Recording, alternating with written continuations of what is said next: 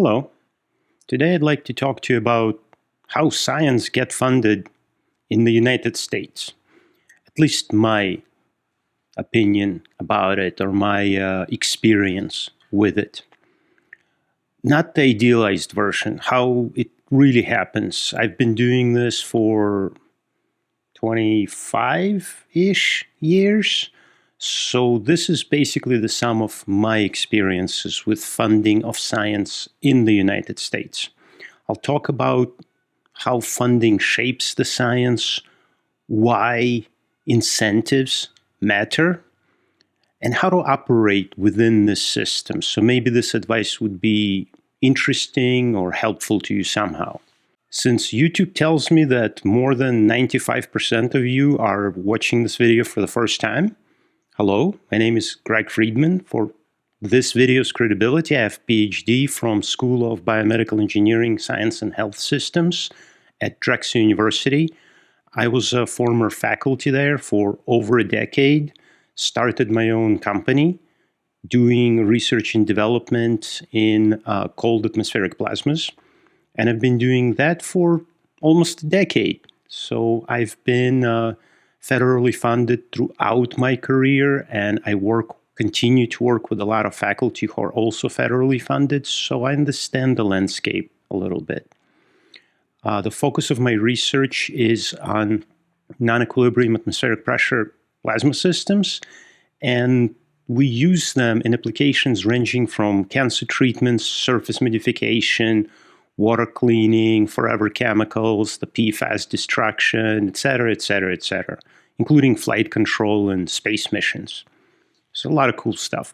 Let's talk about the myth of the pure curiosity. Scientists pursue curiosity. Yeah, sure, within constraints. Maybe I'm curious if I can make shoes that would fly me to Mars. That's a little bit outside of the domain of real things. And what we study needs to have some kind of anchoring in reality. And the funding, especially federal and state funding, follows priorities. What's important to the country, what is important to us, to the citizens of this country, what is important to protect us and help us grow now and in the future. Those are the funding priorities for the country and for the scientists in this country. There are political realities, funding agency realities. There are budget constraints. Congress approves the budget and all the agencies have to comply, and some of the agencies get cut, so funding gets cut, fewer proposals get funded. And the system, this whole system shapes the outcomes, and we'll talk about that in a little bit. Let's also talk about the big funding buckets. There are multiple. There are multiple funding agencies. National Science Foundation focuses on fundamental science, enabling science. So if your idea is based on a new scientific discovery, or you're delving into more fundamental scientific questions, NSF is where you should go. There is National Institutes of Health. NIH is a big funder for everything medical and biomedical. And traditionally, NSF does not fund medicine and NIH does not fund physics. So you need to set your expectations correctly when you're applying to those two. Department of War, formerly DoD, they look at our current needs, our immediate future needs to defend this country and uphold the peace around the world. They look at the strategic capabilities for us. So maybe if you're working on a new weapon system, the basic science for that is done by NSF. Fixing humans after that new thing was used, well, that's NIH, but the developing of that thing is the Department of War. There is Department of Energy. Obviously, their responsibility is energy and infrastructure. but they do fund a lot of the closely related fields. There is National Aeronautics and Space Agency, NASA. NASA is obviously more focused on space, but interestingly, all of these agencies have kind of cross-contamination a little bit. Maybe NASA will do some food-related research that you would expect USDA to focus on, but NASA is sending astronauts to, potentially Mars, and they need to eat on the way there, and growing food in space differs than USDA's mission of growing food here. And there are many, many agencies, and don't forget foundations. There's plenty of those too. And we've been funded by CAC Foundation and Gates Foundation and a number of smaller ones. The Center for Produce Safety funds a lot of research related to food. So there are many, many funding buckets, and some are very specific. National Institute of Standards, for example. But anyway, moving on. How are the proposals evaluated? Well, first, in most cases, I would venture to say in at least 99% of cases, the proposal is sent to a panel of experts, or at least a couple of experts. And they will be, normally they're selected by the agency. You have usually no say in their specific expertise, and their specific expertise usually is closely related to the request for proposal, not to your expertise. That's also why it's difficult to win a food-related grant when you send it to NIH for review, because most likely the expertise of the panel isn't going to reflect the subject matter of your proposal. And of course, your proposal needs to be closely aligned with the language of the solicitation, so read that very carefully. It's quite important. Everybody who submits proposals reads that text, and those that skim it and didn't see something very important on page 10 might get their proposal rejected on a technicality. And of course, team capability is very important. Team credibility. If you're young faculty just starting out, maybe adding a mentor to your team could significantly increase your chances of breaking in. And another important item that's frequently discussed is clarity. Can I understand what is it that you're proposing? Don't get lost in very crazy technical details. For example, National Science Foundation, the panel typically includes a dozen experts. So there are a dozen people with different backgrounds, most of them not exactly aligned with your background, and all of them need to understand what is it that you're proposing. So clarity is quite important. Moving on to risk. You often hear this high risk, high rewards. That has limits. With my silly example, the shoes that can fly you to Mars, well, sounds risky.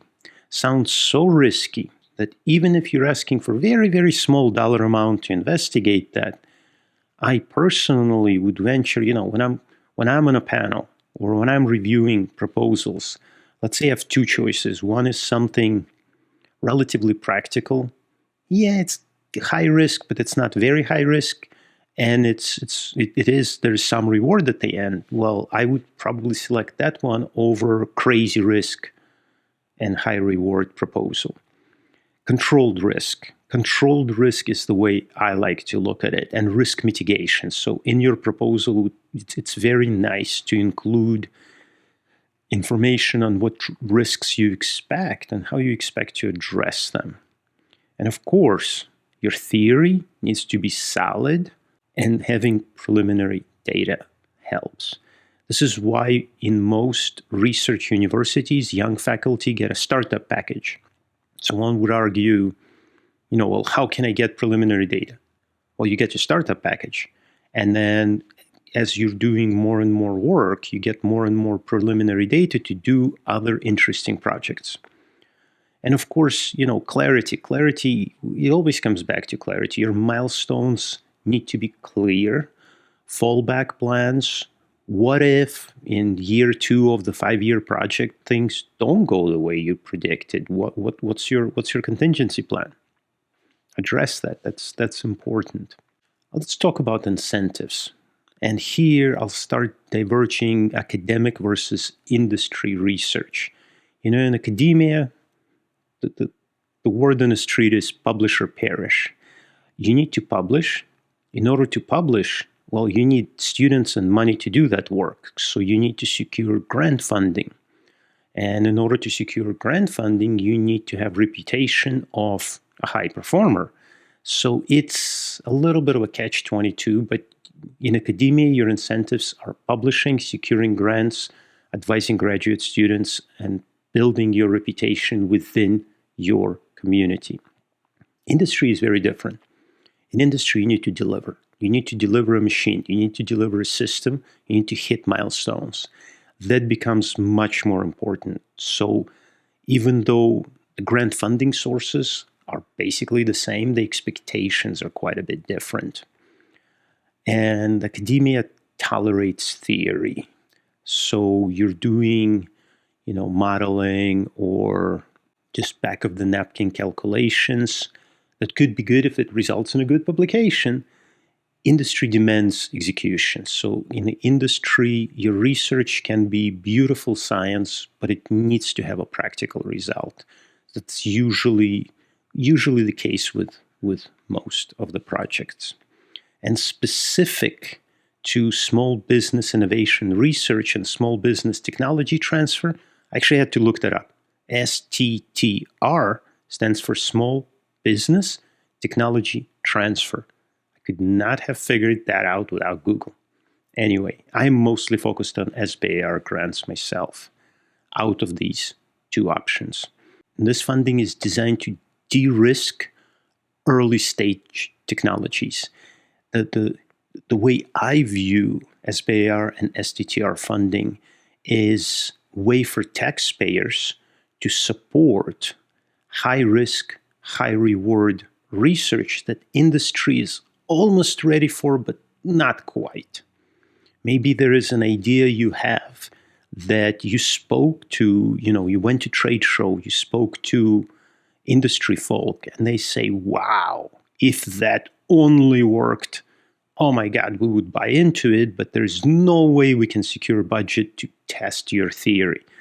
In my view, and that's my personal view, that's the bucket where SBIR and STTR funding falls into. It's to de-risk early stage technologies and transition them to industry.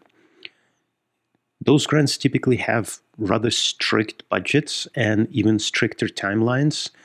Deliverables are contractual. So you have a contract to deliver on the statement of work. And in my experience, I'm an engineer, and in my experience, SBIR and STTR funding is heavily engineering biased. I believe the purpose of that program is to transition academic research through small business and into the big industry. So those are programs that are very valuable for entrepreneurial faculty, graduate students that want to start their own companies, and small businesses that want to innovate and move into, novel technology areas. And of course, research needs someone to do the research. And the someone likes to eat and needs a car and an apartment. So funding is kind of the fundamental backing that drives research and development activities. And as it drives it, it shapes it. So funding in the United States, funding comes from Congress. Congress distributes it to the various departments and agencies. And those agencies, they define the research needs of the country, the current, today's research needs. And they change. Some years ago, environment was more in focus. Maybe now it's a little bit less in focus, but other things are in focus. So funding drives our country's research direction. Climate, biodefense, perfluoroalkyl substances, these forever chemicals, they're some of the current research priorities, and those things change. So keep a close eye on that. National need drives science, and science responds to national needs. So those two are intertwined together. And of course, incentives influence the framing of your research. So as a university faculty, you need graduate students. So a lot of the funding is allocated to grad students because you get incentivized by advising grad students. And those are the individuals doing all the hard work with publishing, and it's publisher perish. So largely these incentives influence how your proposals are framed. Let's talk about reviewer psychology. Myself, as a reviewer, I think first, I look at the team. Can they execute? I read the abstract and I carefully look at the team. Those are my first two things. Right before I look at all the pictures. Next, I look at all the pictures. And only then I get to reading. But first, I look at the team and evaluate whether execution is possible. I look at whether the proposed science is incremental or it's transformative, and I evaluate it from that angle. For example, NASA is notoriously supportive of incremental research. They have to. They fly humans to space. The way most of NASA funding that I've seen, in my experience, they want you to move the needle a little bit. They want you to stand on the shoulders of giants and build a couple of more bricks up. Not transform the whole thing. Okay, starting tomorrow, we're all flying to space using our Nike shoes. No, that's not NASA. NASA will never fund that. NASA funds incremental baby steps towards a grand goal, where NSF or DARPA, they focus on really transformative things. Like, what is the next thing? Like, can we switch to silicon-based polymers? Those things that could change, fundamentally transform the world around us. I also look if the project is just a bit too ambitious. That's kind of hard to evaluate. Sometimes it's obvious. I reviewed a proposal many years ago. I still remember it. It was from a young faculty, and it was a project for a couple of years and very small budget. I want to say around $100,000 a year, which is fairly small for R&D funding. That can really only support one grad student with supplies and equipment and all that. Maybe, a couple of undergrad helpers. And what they were proposing required a team of at least 10. Like, the proposal was so ridiculously ambitious. It was a good proposal. And I would recommend it for funding had the funding amount been in a couple of $1 million range. But doing just addressing the things in their statement of work would have been impossible. So keep your ambition in check. And of course, I'm talking about me as a reviewer, so cognitive bias influences the proposal scoring. Your reviewer has their own background, education, needs, desires, wishes, and unfortunately, sometimes they're just busy and overloaded. I've received proposal rejections where, let's say my proposal is to develop a hammer to nail nails in, and the reviewer responds with, well, this program doesn't support milking cows. Huh? Where did you get that one from? It's like as if they read someone else's proposal and then ranked mine. That happens. Reviewers are human too, so keep that in mind. And again, going back to clarity is important. Consistency throughout the proposal.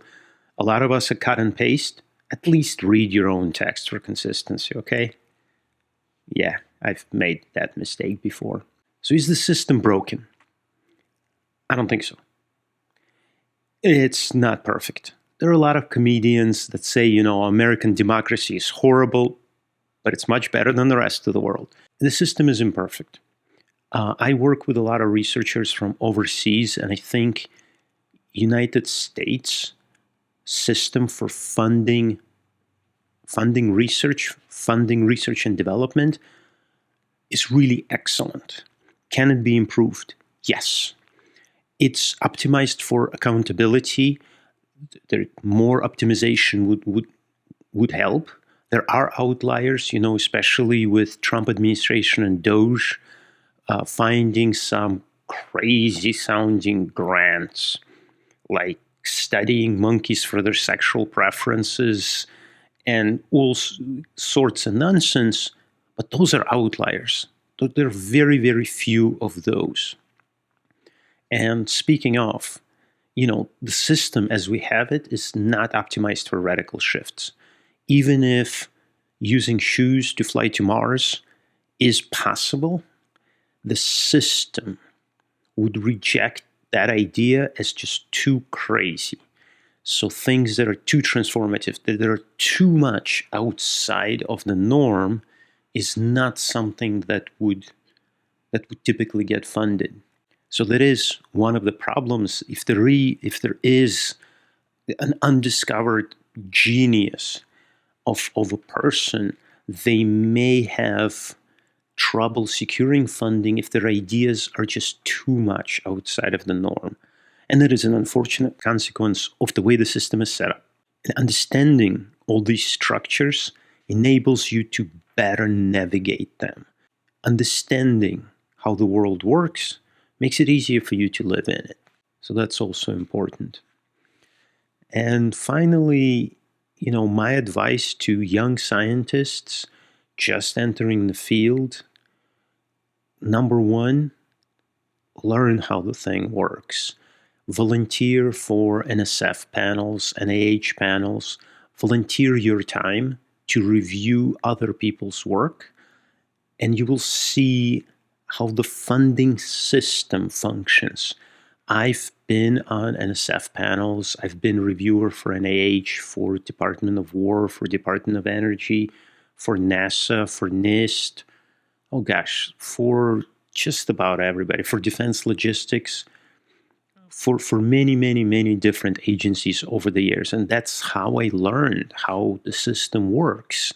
And that enabled me make it a little easier to navigate it. You need to understand incentives. We talked about incentives a few minutes ago, but you need to understand that if you're in an academic setting, training graduate students is very important. However, if you're in in the industry and you get a grant from DARPA, training graduate students is much less important in that setting, and delivering functioning prototype gains much, much higher priority. You need to frame your work intelligently. Clarity is important. Even schematics, that I can look and understand what you mean in just a fraction of a second. Picture speaks 1,000 words. Well, it's great. And that picture needs to be obvious. And of course, the most important, I think, is to build credibility and discipline. There is a certain system to all of this. A lot of the funding agencies release requests for proposals with certain fixed frequency. You need to figure out what that frequency is. I have it on my calendar still, so I know when all the calls come out and I'm ready. I'm one of the first people to read the requests for proposals when they come out. It's hard. It's hard, but it is a system. And my graduate advisor, anytime, every other time that he would hand me a task and I look at it with confusion, he would say, "It is not gods that fire clay pots." And just let me go do my job. Other humans are doing this, and so can you. So in conclusion, science, as it is, does not exist outside of economic, environment, and policy.